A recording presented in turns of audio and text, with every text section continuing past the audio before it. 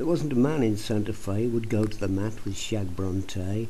He could ride a horse and shoot a gun like the devil himself, and the deeds he'd done would put him in jail for 1,000 years. He was hated and feared in every place that knew the sound of his voice or his evil face, and even the men that formed his clan loathed and despised him to a man. But there came a time when Shag Bronte met his match in Santa Fe. A stranger leaned on the long-horn bar, quietly puffing on a mild cigar. A tenderfoot, you might say, at least, who ought to be back in the quiet East. He dressed the West, but his clothes betrayed. To the well-trained eye, they were tailor-made.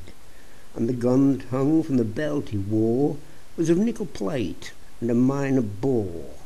A man not used to the turbulent way of frontier times in Santa Fe. Then Shag walked in and quickly saw the stranger, and a loud guffaw boomed from his chest. Not a sound was heard as he swiftly drew and shot the stranger's cigar in two. At this the fear-crazed crowd withdrew, for the hand of death was overdue. The stranger never moved nor spoke, except to call for another smoke.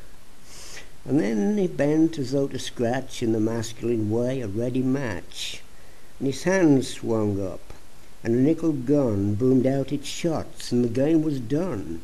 For Shag Bronte was dead before his body hit the barroom floor, and he never knew he'd pitted his brains against the man most feared on the western plains. And Billy the Kid rode on his way from the border town of Santa Fe.